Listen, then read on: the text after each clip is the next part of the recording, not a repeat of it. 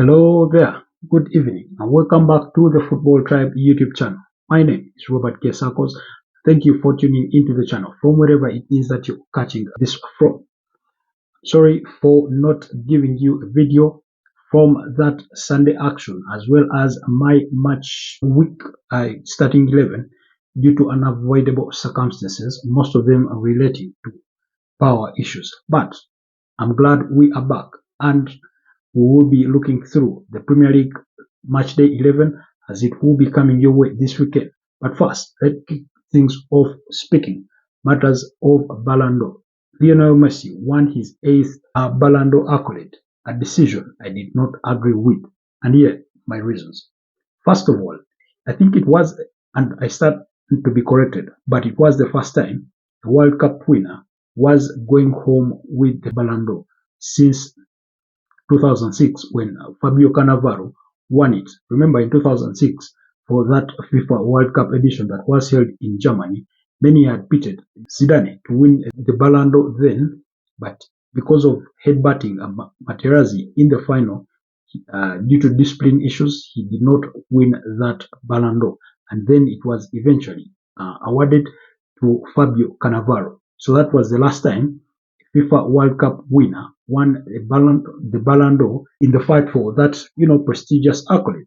So this time around, I will return to sort of that, and it is handed to Lionel Messi. He did perform well last year, including guiding Argentina to their FIFA World Cup win during the finals that were held in Qatar. But I still do think that Manchester City's brought Erling Haaland should have won the Ballon d'Or, and here's why. What's there that he did not win that he did participate in last season? He did win all the major titles, including the UEFA Champions League, the Premier League title, the FA, so that was a treble. He went on to win the Super Cup there, and I think he had a wonderful season. It being his first season in the Premier League, having left Dortmund during the summer, he did perform really exceptionally well. At the age of 22 at the time, and now he's 23, still very young for a striker of his caliber. And that age, I think he had done everything right to go ahead and deserve winning that Ballon d'Or. Beyond that, he had been voted the Premier League Player of the Year. Remember, Bukayo Saka did win the Young Player of the Year, but he was the Player of the Year for the Premier League. He did win the UEFA Player of the Year accolade. So, everything pointed to his name, and he had all the statistics going his way until the decision makers or the voters decided to say no, Lionel Messi, for having won the World Cup, deserves it more. But I suddenly disagree. I think in the calendar year 2022-2023 season, proud Erling Haaland was exceptional, scoring 56 goals and providing 9 assists was remarkable, pretty remarkable for a player of 23 years. So I do think he deserved to win the Ballon d'Or. But anyway, it is what it is, so we'll leave that at that. Back in the course of the week, we had the Carabao Cup. Big teams lost. Arsenal were humiliated by West Ham in a 3-1 thumping. Manchester United were given a test of their own medicine as they lost to Newcastle by 3-0. Remember, Newcastle were the runners-up as Manchester United won the Carabao Cup last year, beating them by 2-0 in the final at Wembley. So both giants are out of the Carabao Cup, just as much as Man City who had already been dumped out. So that leaves the likes of Liverpool, Newcastle, Chelsea, Fulham still in that competition, as well as West Ham among others. So, but anyway, here is the Premier League action that will be coming your way as match day 11 gets underway. But I must inform you that the fixtures will kick off an hour later than you have been accustomed to since the start of the season. And if you did notice, in the Carabao Cup, those fixtures started at 10, 10:30 and 11:15 for the Manchester United game. So, whereas the early kickoff has been coming at 2:30, fixtures are moving to 3:30, 6 p.m. as compared to 5 p.m. that you've been accustomed to. So I do hope that you take keynote of that as you wait or as you look forward to these weekend fixtures. So here is the Premier League lineup for match day 11. Remember, as teams lineup for this one, those in European competitions will be mindful that the UEFA Champions League returns in the midweek, as well as the UEFA Europa League on Thursday and the UEFA Conference League. So Manchester United will open the weekend for us at 3:30 p.m. East African time when they visit Fulham. At 6 p.m. Brentford will host West Ham. Burnley play Crystal Palace. Everton will be at home against Brighton, while Manchester City will host Bournemouth. I think this will be a victory for Manchester City, no doubt. Sheffield United will host Wolverhampton Wanderers, while at 8:30 p.m. Newcastle will host Arsenal. And on Super Sunday, there will be two fixtures at 5 p.m. when Nottingham Forest host Aston Villa, while later at 7:30 p.m. Luton Town will host Liverpool.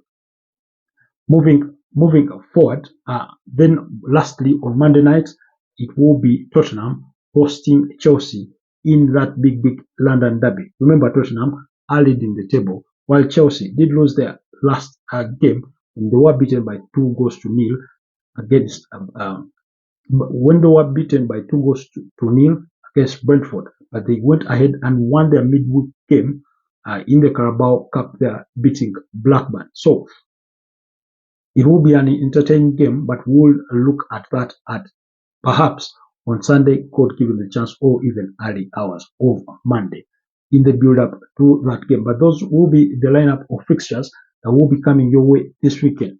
And our focus is going to be on two games for this preview. That is Fulham hosting Manchester United, and then later on Arsenal when they travel to Newcastle. A lot of English press has rotated around Manchester United this week, with some calling for manager Erik ten Hag's head on a spike.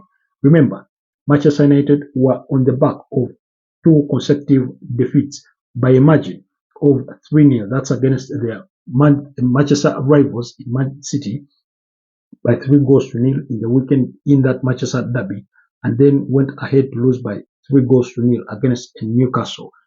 There. So, two big losses for Manchester United, and it has sent a lot of press in Manchester United this way, with many criticizing Erik ten Hag for what's happening on the pitch, while also pointing out on a lot of other issues that are happening all away from the pitch.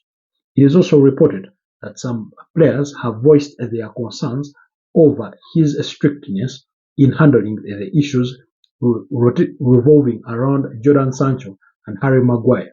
Remember, until recently, when most of his defenders got injured, including Lisandro Martinez, who has a foot injury, Harry Maguire had fallen out of favor with the manager in terms of choosing his starting lineup and all that.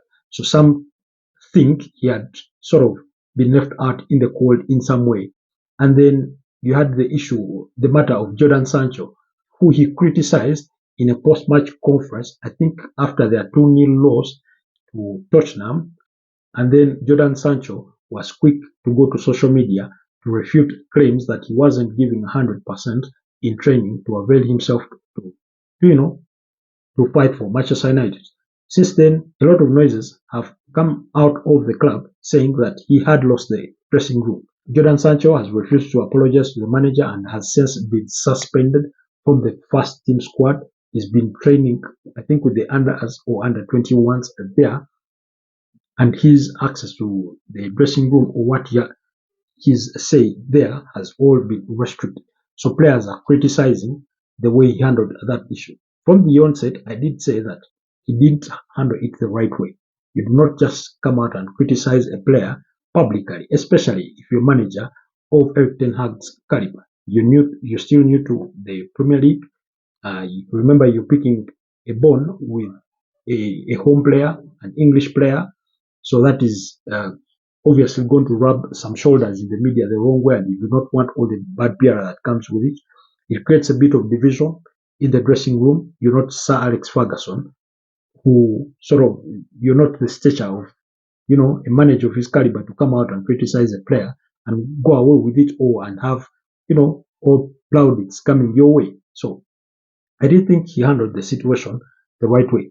And reports are also coming out that he has scheduled one-on-one conversations with players to sort of try and galvanize the team and sort of take control of that dressing room, which speculation has started to come out saying that he is starting to lose with a number of divisions there in terms of players kakoning, because they do think he certainly favors a few players, maybe one or two in that dressing room, and many appointed previously, maybe rightly so or wrongly so, at the finger in the direction of Anthony. So all the press around Manchester United hasn't been pretty good this week as much.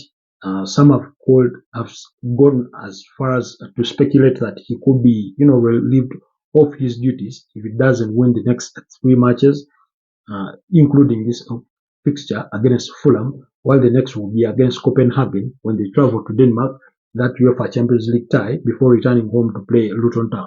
All fixtures that I do think are quite winnable on paper, because they do have the capacity to beat up against a team like Fulham, who they have not lost to since 2009, and then they just beat up against Copenhagen by a goal to nil.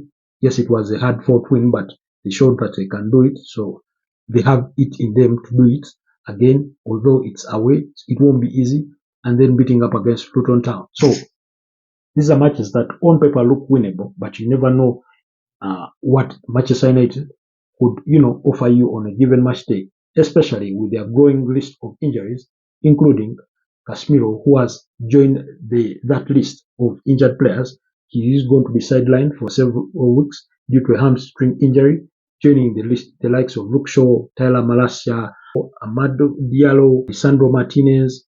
All those are out. You have Jordan Sancho suspended, so it doesn't help them. It doesn't help their fortunes.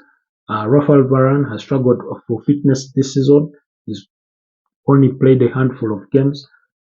So that leaves you betting on Harry Maguire and Johnny Evans to, keep your defense tapped, which hasn't been pretty good, especially after, I think, ever since their victory against Burnley, that 1-0 victory at Tough Moor with Bruno Fernandes scoring that one. So it's been a bit of a difficult spell in between there, but so like I was saying, some have called for Erik Ten Hag's head on the spike. Fingers have started pointing in the direction of Zinedine Zidane to replace him. They've gone ahead to point at Roberto Di Zerbi of Brighton and Hove Albion. They've also pointed at Ruben Amorim of Sporting Lisbon, who has since denied those speculations. But that usually when things get to that level, then you know that the manager may not have plenty of time on his side in his current job.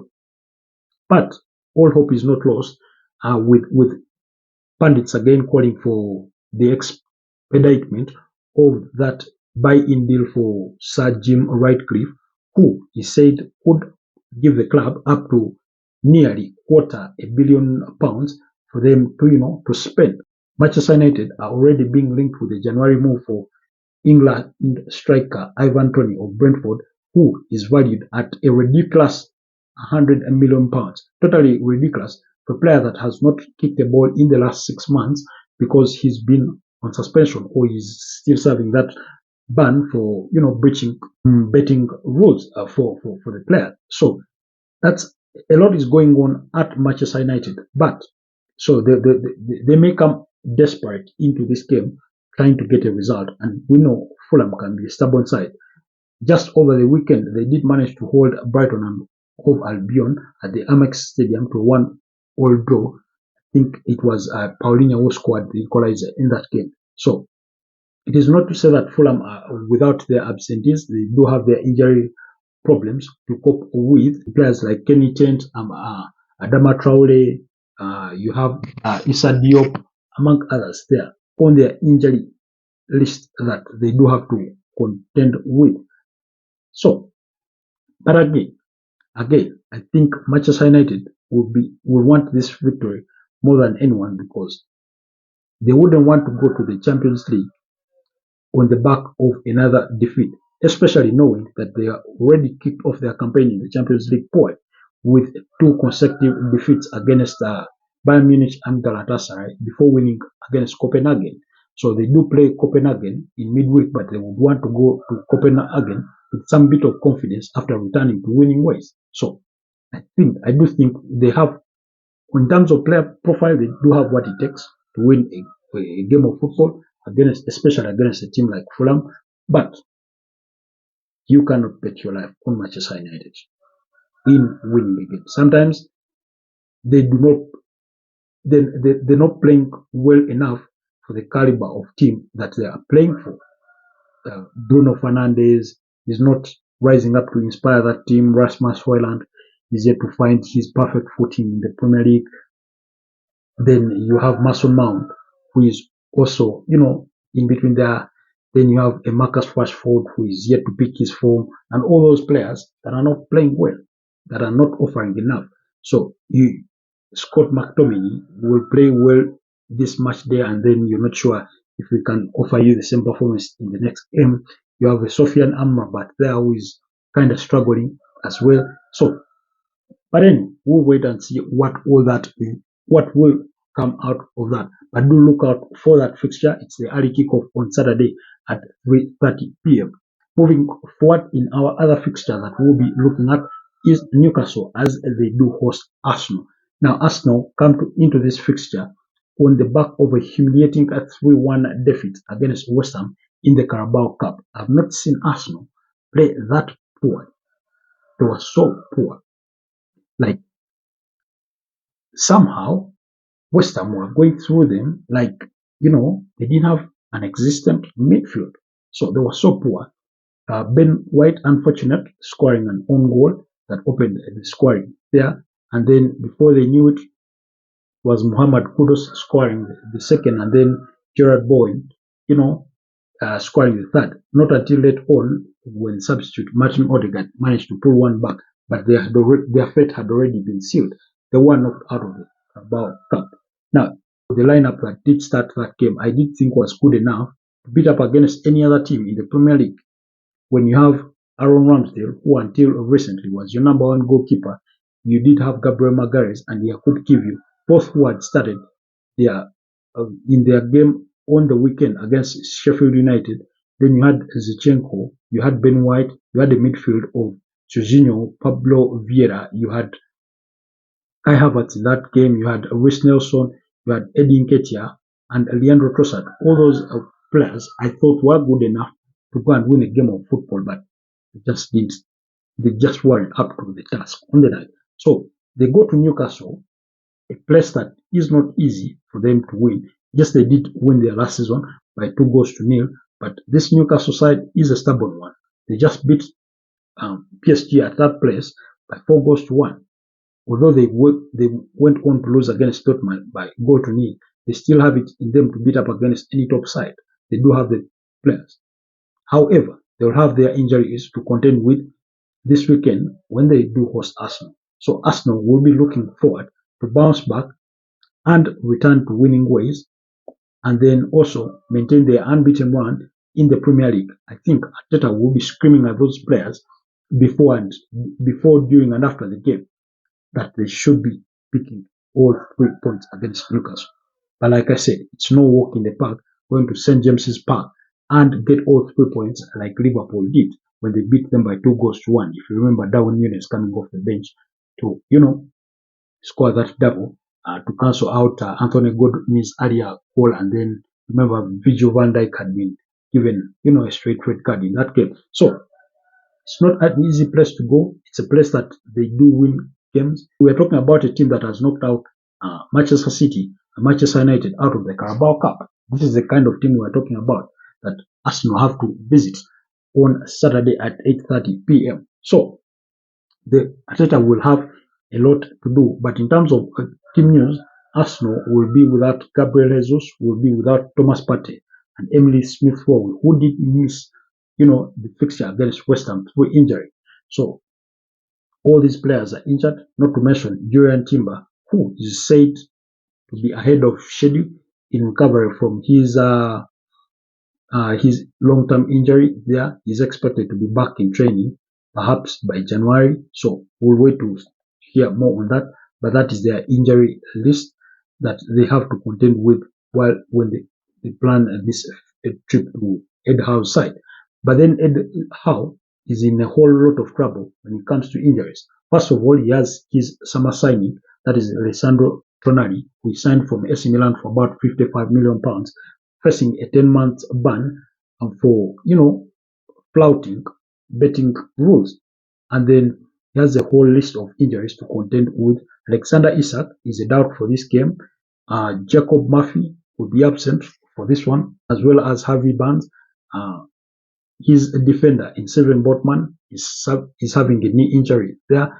And then you have Elliot Anderson also struggling with the back issue. So all these players are, are injured, and these are key players. We all know Seven Botman is a starter and a leader in that team.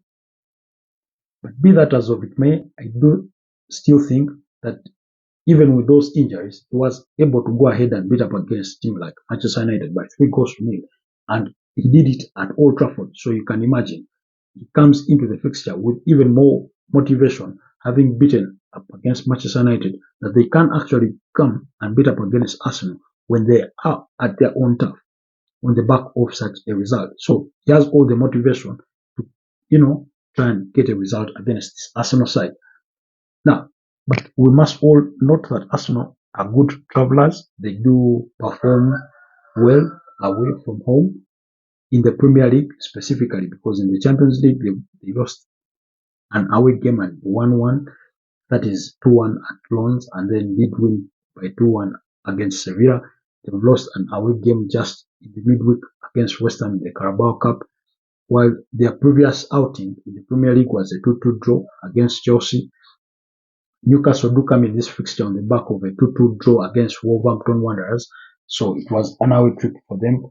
So that's it all from that fixture. That is the news revolving around the two teams.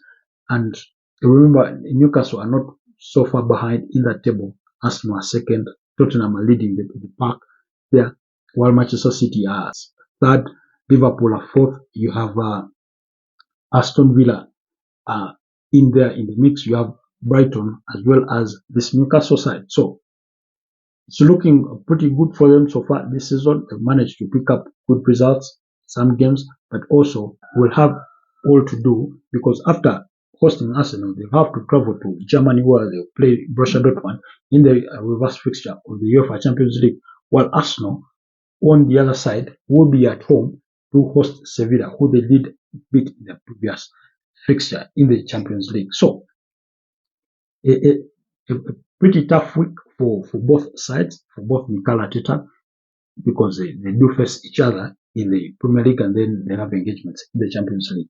So anyway, that's it from the Football Tribe News Desk. Do look out for all those fixtures, and I'll see you next time. Stay blessed.